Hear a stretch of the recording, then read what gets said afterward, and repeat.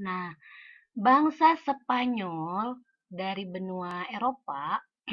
Nah, kalau bangsa Spanyol, anak-anak, arah pelayaran menuju Nusantara, menuju Indonesia itu dari Eropa, dari Spanyol berlayar menuju ke benua Amerika, ya. Kemudian mereka melalui San Salvador, ini namanya anak-anak, lalu terus berlayar mengarungi samudra Pasifik, terus kan dunia bumi itu bulat ya anak-anak, terus berlayar, berlayar. Nah, sampai tembus ke sini ya anak-anak, Samudra Pasifik ke Filipina. Nah, kalau bangsa Spanyol arahnya itu tadi ya dari Eropa ke Amerika, kemudian ke San Salvador di sini melalui San Salvador terus mengarungi Samudra Pasifik sampailah ke sini ke Filipina. Nah, dari Filipina barulah mereka berlayar kembali sampai ke Maluku sama seperti Portugis ya, di Maluku berhentinya. Kemudian kalau Belanda nih yang arahnya warna biru anak-anak ya. Kalau Belanda pelayarannya itu dari Eropa ya, kemudian terus melalui benua Afrika hampir sama dengan pelayaran bangsa Portugis ya, dan melalui benua Afrika dan bangsa Belanda itu berhenti dulu di Tanjung Harapan nih di sini. Tanjung Harapan namanya ya. Kemudian terus berlayar lagi melalui Asia. Masya Allah, maaf yang biru ya. Tanjung Harapan terus. Nah, kalau Portugis tadi ke Asia terlebih dahulu ya, lalu melalui Selat Malaka, lalu berhenti di Maluku. Nah, kalau Belanda dari Eropa mengarungi benua Afrika, kemudian berhenti di Tanjung Harapan, lalu langsung menuju ke Banten. Nah, di sini kalau Belanda. Begitu anak-anak ya. Jadi ini adalah jalur masuknya penjajah Eropa baik bangsa Portugis, Spanyol, Belanda menuju ke Indonesia. Nah, sekarang perlawanan terhadap bangsa Portugis. Jadi dulu itu ya bangsa-bangsa Eropa baik Portugis, Belanda, Spanyol itu ingin menguasai rempah-rempah Indonesia ya dan ingin menguasai perdagangan yang ada di Indonesia. Nah, karena itulah hal itu memicu perlawanan dari bangsa Indonesia terhadap bangsa-bangsa yang menjajah Indonesia atau bangsa-bangsa Eropa. Nah, pertama yang Ibu akan jelaskan adalah perlawanan terhadap bangsa Portugis. Masuknya bangsa Eropa ke Nusantara telah merugikan kegiatan perdagangan, ideologi, dan sosial budaya di Nusantara. Kegiatan perdagangan antar kesultanan di Nusantara menjadi terganggu karena kegiatan perdagangannya dikuasai oleh pihak asing. Nah, oleh karena itulah anak-anak muncul perlawanan dari kesultanan-kesultanan yang ada di Nusantara. Perlawanan terhadap Portugis dilakukan oleh Kesultanan Demak pertama kalinya ya. Kesultanan Demak itu bercorak apa kemarin? Islam ya, anak-anak. Kemudian, keterlibatan Demak dikarenakan banyak komoditas dari Demak melalui pelabuhan Jepara ikut dirugikan sejak Malaka dikuasai oleh Portugis. Pasukan dari Demak dipimpin langsung oleh putra mahkotanya yaitu Dipati Unus pada tahun 1513. Demak mengarahkan kekuatan 100 kapal perang dengan ribuan prajurit untuk bergabung dengan pasukan dari Banten, Palembang, dan Aceh.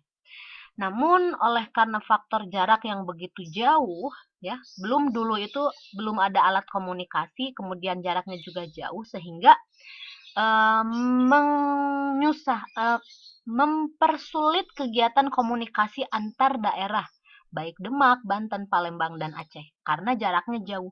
Kemudian peralatan perang yang kurang seimbang juga serta strategi perang yang kurang cermat juga sehingga penyerangan bangsa Demak, penyerangan dari Kesultanan Demak, lalu Banten, Palembang, dan Aceh itu tidak berhasil.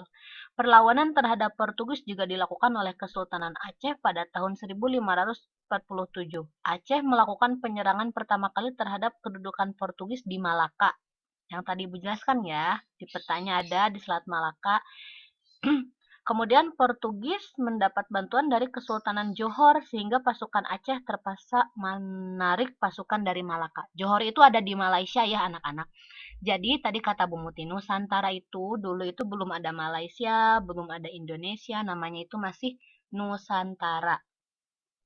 Selat Malaka itu berada di antara Indonesia dan Malaysia tadi ya. Nah, Portugis itu kan menguasai perdagangan di Selat Malaka, dan Selat Malaka itu diantaranya ada Kesultanan Johor yang berasal dari Malaysia. Nah, jadi Aceh itu terpaksa menarik pasukan dari Malaka karena Portugis mendapat bantuan dari Kesultanan Johor sehingga mendapat kesulitan dan tidak bisa memberikan perlawanan terhadap bangsa Portugis. Nah, selanjutnya anak-anak, Ibu juga akan menjelaskan proses Belanda menjajah Nusantara ya. Masuknya Belanda ke Nusantara membuat Portugis tersingkir dari Nusantara. Setelah datangnya Belanda ke Nusantara, Portugis akhirnya tersingkir nih dari Nusantara. Nah, sejak Portugis tersingkir, perdagangan-perdagangan Belanda banyak berdatangan ke Nusantara. Para pedagang Belanda yang datang ke Indonesia membuat persekutuan dengan nama VOC. Atau disebut dengan Verenigde Oost Company. Verenigde Oost Company. Nah, atau kalau bahasa Melayunya Persekutuan Dagang Hindia Timur. Nah, persekutuan ini memperkuat kedudukan mereka dalam mengatur perdagangan rempah-rempah di Nusantara. Kekayaan rempah-rempah di Nusantara sangat melimpah. Oleh karena itu, Belanda ingin menguasai Nusantara dengan cara menerapkan tanam paksa dan monopoli dagang Nusantara.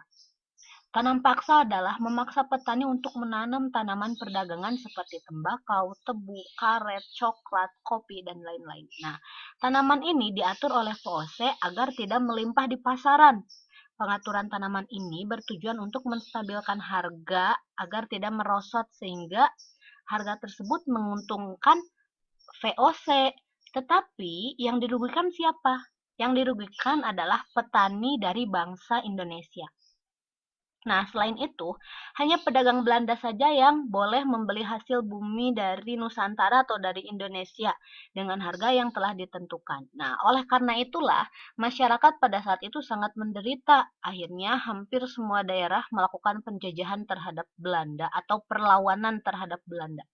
Namun perjuangan-perjuangan tersebut dapat dengan mudah dipadamkan oleh penjajah Belanda. Kenapa? Karena peralatan bangsa Indonesia pada zaman dahulu itu jauh tertinggal dari peralatan perang bangsa Belanda, sehingga otomatis kita itu sangat mudah dikalahkan oleh penjajah Belanda. Nah, ini ya, faktor penyebab mudahnya VOC menguasai Nusantara, faktor penyebab mudahnya bangsa Belanda menguasai Nusantara itu, pertama, tidak adanya persatuan antara raja-raja di Nusantara. Bahkan raja-raja tersebut ada yang saling berebut kekuasaan seperti Raja Mataram dan Banten. Jadi dulu itu kan masih bersifat kerajaan ya, kata Bu Muti. Nah, belum daerah masing-masing di daerah itu letaknya cukup jauh. Kemudian sulit mengadakan adanya komunikasi. Nah, disinilah timbul perpecahan, timbul perebutan kekuasaan yang menyebabkan ini Belanda bisa dengan mudah menempati Nusantara. Kenapa? Karena raja-rajanya kurang kompak pada zaman dahulu. Kemudian untuk kompak pun, untuk bisa bergerak bersama-sama, berjuang bersama-sama pun sangat susah karena wilayahnya yang jauh, berjauhan, dan komunikasinya itu sangat sulit kalau zaman dahulu karena belum ada alat komunikasi. Sehingga Belanda itu dengan mudah dapat memonopoli kerajaan-kerajaan yang ada di Indonesia, ya. Kemudian nih, yang kedua, peralatan perang VOC lebih lengkap dibandingkan dengan peralatan perang di daerah di kerajaan-kerajaan atau kesultanan-kesultanan yang ada di daerah-daerah bangsa Indonesia.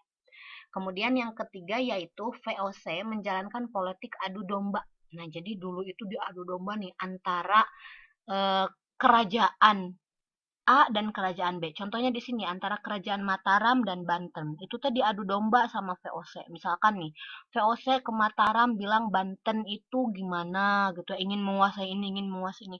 Kemudian VOC bilang ke Banten juga Mataram ingin menguasai ini, ingin menguasai ini. Sehingga muncullah eh, persengketaan antara raja yang satu dengan raja yang lain. Misalnya nih, antara Raja Hasanuddin dari Makassar diadu domba dengan Arupalaka dari Raja Bugis, ya. Kemudian di Jawa juga terjadi perebutan tahta didalangi oleh VOC, di mana VOC ini mempengaruhi raja-raja untuk saling berebut tahta. Nah, ini yang membuat kacau anak-anak, sehingga VOC itu bisa dengan mudahnya menguasai Nusantara atau Indonesia. Kemudian, politik perang juga dilakukan oleh VOC untuk menguasai daerah-daerah. Makanya nih VOC itu menyiapkan peralatan yang canggih karena memang dia sudah memiliki niat untuk menguasai daerah yang ada di Indonesia dengan peralatan-peralatan yang mereka gunakan, sehingga dengan mudahnya bangsa Indonesia atau yang ada di Nusantara itu dikalahkan karena memang peralatan perangnya jauh berbeda. Kalau bangsa Indonesia masih bersifat tradisional menggunakan bambu runcing dan lain sebagainya. Begitu anak-anak ya. Nah, tadi kita sudah belajar tentang golongan-golongan pahlawan berdasarkan periodenya, kemudian kita juga sudah belajar tentang proses masuknya penjajah Eropa ke Nusantara atau ke Indonesia, kemudian kita juga sudah belajar mengapa bangsa Belanda itu bisa dengan mudahnya menguasai Nusantara. Nah, anak-anak, karena kita sudah belajar eh, hal tersebut, Ibu ingin kalian menjawab pertanyaan yang ada pada buku tematik halaman 4, halaman 68, buku tematik 4E halaman 68, dan dikumpulkan jawabannya melalui Google Classroom. Semangat anak-anak ya, kalian pasti bisa. Terima kasih atas perhatian dan semangatnya. Cukup sekian dari Bu Muti. Kalau ada yang ingin ditanyakan bisa langsung melalui WA Bu Muti ya. Cukup sekian dari Bu Muti. Wassalamualaikum warahmatullahi wabarakatuh.